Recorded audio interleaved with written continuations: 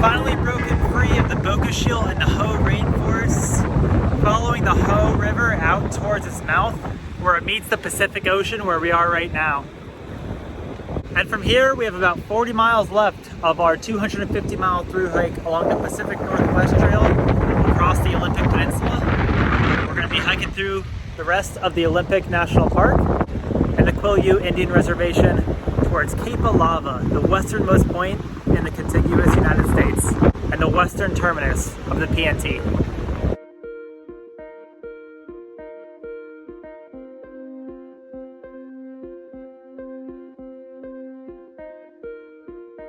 Long distance hiking is really amazing because you set all these short-term and long-term goals for yourself.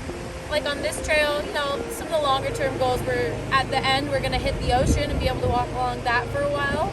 But you know, you gotta do it every day as well, you know, looking forward to that viewpoint or that next water source or that, you know, or lunchtime, snack time even. You set these small daily goals, you set these weekly goals, and then you set these big goals like reaching a terminus or reaching a new section or territory. So tonight our plan is to camp at Hoh Head, which is the headland out there with a cloud over top of it. But right now we have to cross by Diamond Rock Bluff, which has a tidal restriction of 2 feet, and right now it's the second high tide of the day, so there's no dry ground to walk on. The ocean's just crashing up on the side of the bluffs. So we have to sit here and wait a couple hours for the tide to go out, and we should have about a 1 hour window where the tide will be low enough that we can safely cross by Diamond Rock and head up to safety on top of the Hoh Head Bluff, where we can camp dry tonight.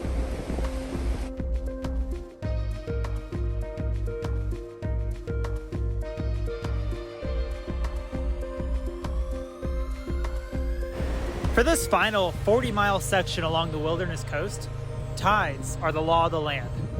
Much of the trail goes around headlands and bluffs that can be impassable for days at a time during higher tides. We carry our tide charts with us, mapping out our days strategically so as to not get stranded when the tides rise.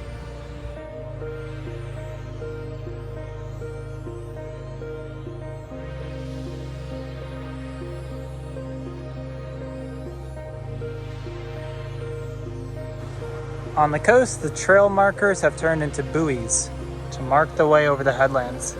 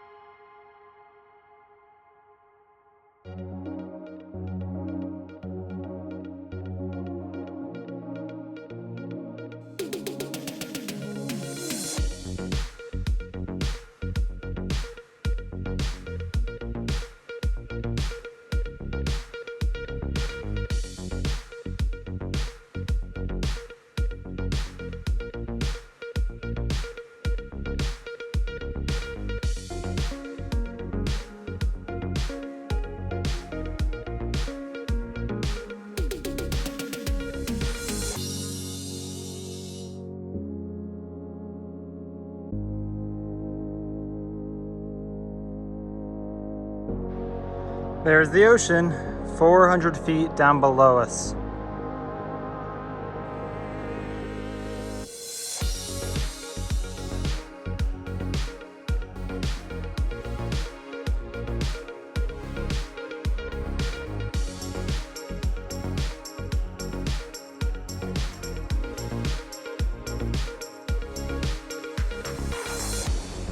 We made it down to the Mosquito Creek outlet. And for a couple hours a day, there's this nice sandbar that you can cross the outlet of Mosquito Creek. Otherwise, you have to swim. On the long beach walks when the tide was out, we'd take off our trail runners and walk barefoot for miles.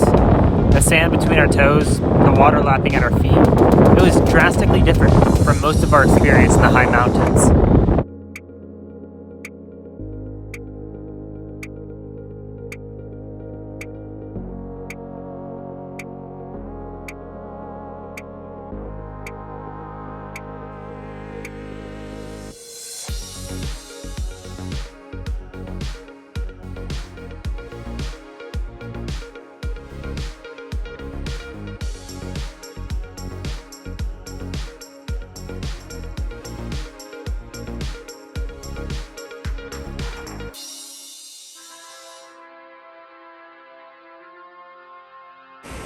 The Pacific Crest Trail was my first foray into long-distance American hiking, and the PNT is quite different from the PCT in a lot of ways.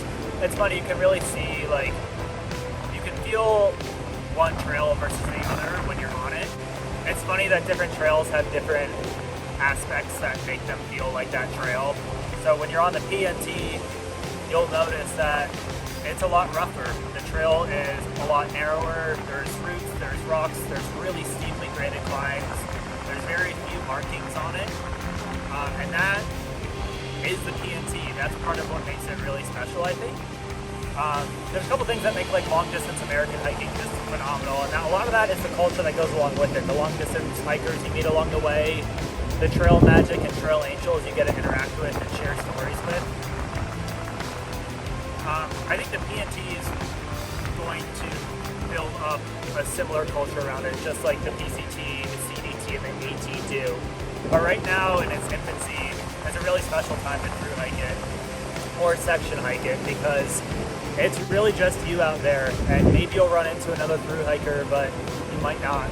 So hiking the Pacific Northwest Trail in its infancy really gives you a glimpse into what creating a long distance trail is like, and taking cobbled together routes that are off trail and linking them together with long road walks, and eventually forming into a hiker highway, the long process that goes through.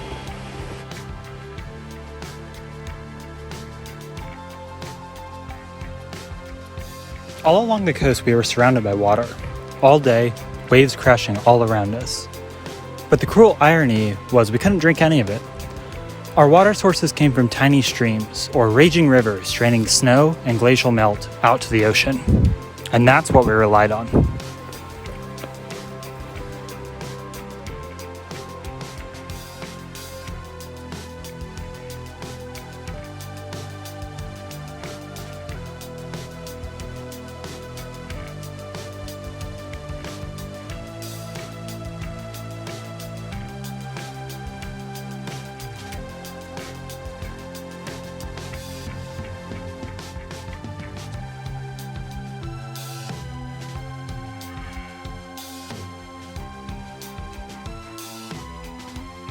Fog. There's a bald eagle perched on top of that sea stack.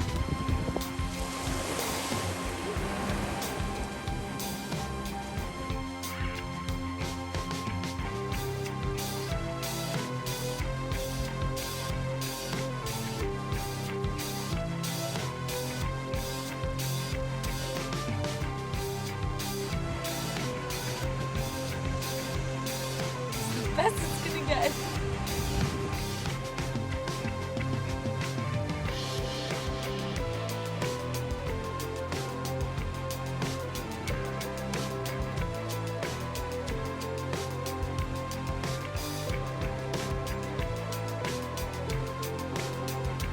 This is a bull kelp. They're all over the beach.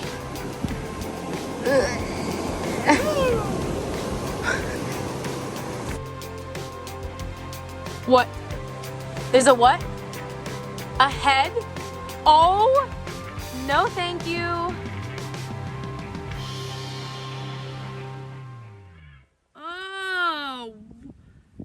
Oh, it's like the desert all over again.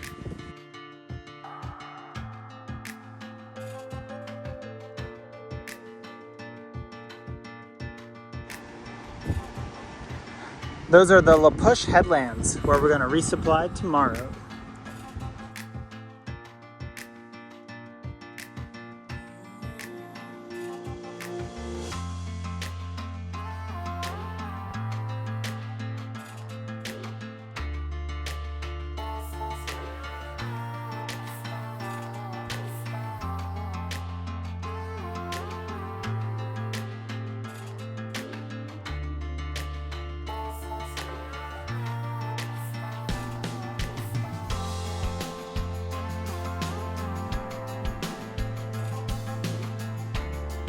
Good morning. It's day 16 of our through hike, and this morning we're going to leave the beach and have a short road walk into the town of La Push, which is on tribal lands. So it's part of the Quileute Indian Reservation, and it just reopened to non-native peoples last week. It was closed to the public during COVID. So this morning we have the road walk into town where we're going to have our final resupply, and that should last us the last 3 days to the Western Terminus of the Pacific Northwest Trail at Cape Alava. Early mornings on the beach were magical. The marine fog layer, the tides at their lowest, revealing stunning tide pools teeming with marine life. Sea stars, mussels, crabs, anemones. It was like a portal into another world.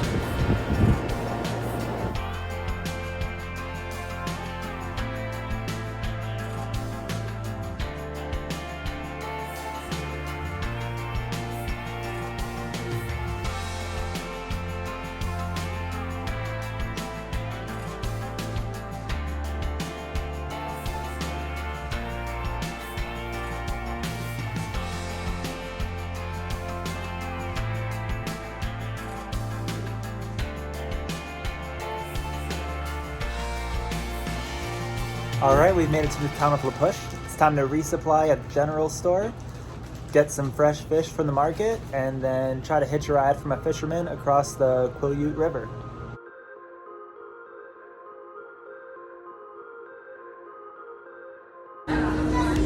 Cheers.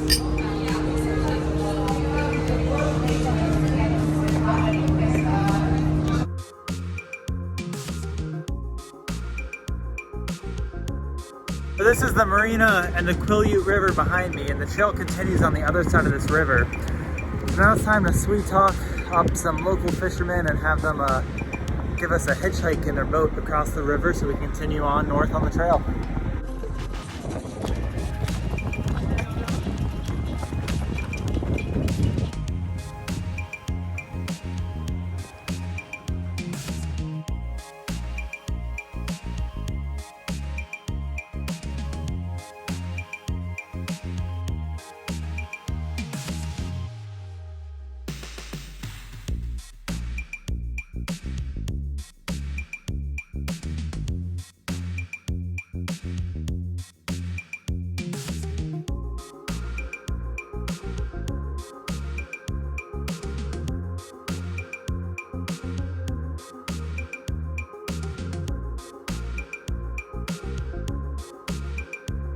And looking back across the Quileute River, you can see the glaciers and summit of Mount Olympus.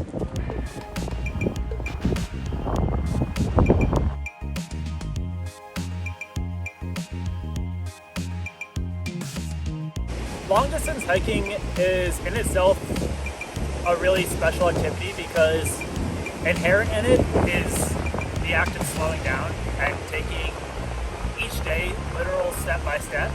And slowing down from busy lives in the city really forces you to focus on the moment and every little detail around you, sometimes painfully so, but bringing yourself to the forefront of here and now is a really important aspect of through hiking, and taking the time to go slow and really think about what each step means is something that I'll be forever grateful for on my long distance trails.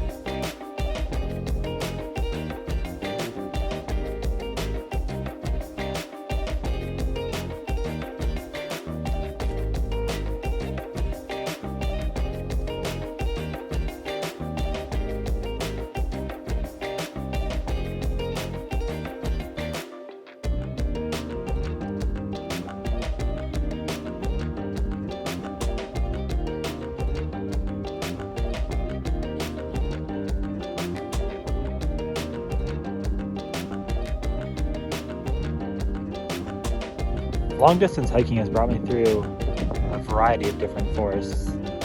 Evergreens, deciduous, desert, high alpine. But early in the mornings on the wilderness coast, the receding tide exposes massive kelp forests, extending far beyond what we could see the night before when it was high tide.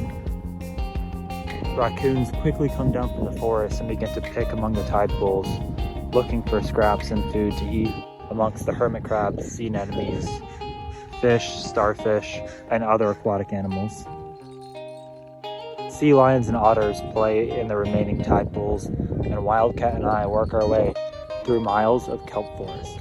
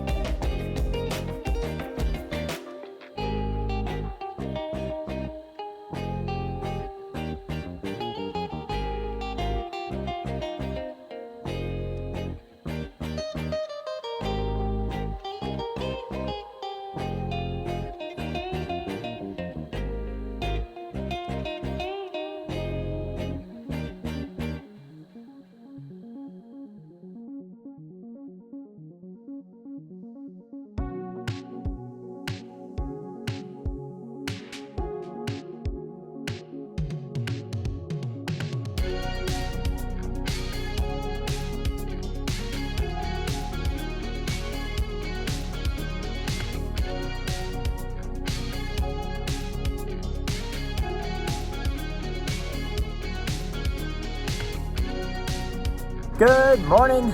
It is day 18 of our through hike, and it is our last completely full day on trail. Tomorrow morning, we hit the Western Terminus at Cape Alava.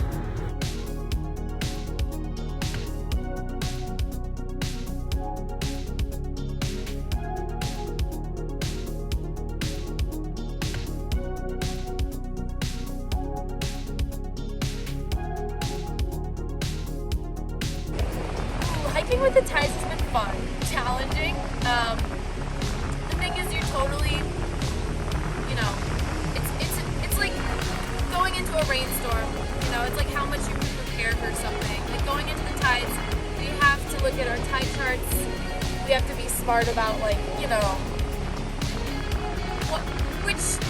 tide we hit it at. Is it the morning tide or the evening low tide? Which one's stronger?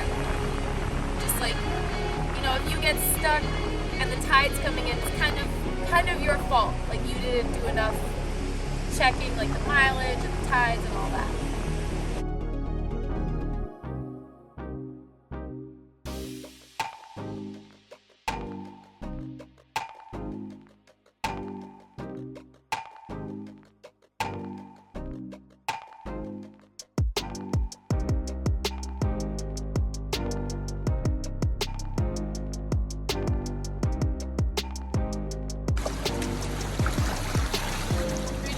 Tide chart, kids. Oh god.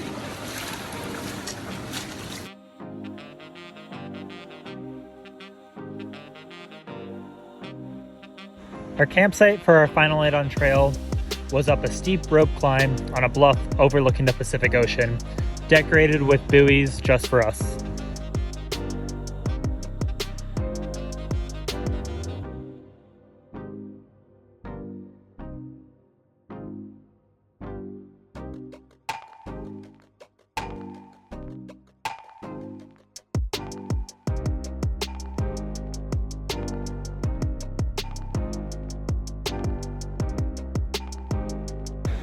Good morning. It's our final day of through hiking, and it seems the Washington coast weather has finally caught up with us.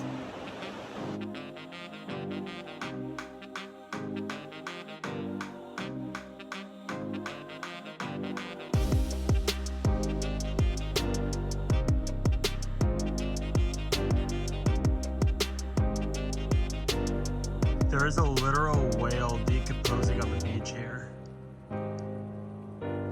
These are 400-year-old Native American carvings of 2 orcas and a sun and a moon.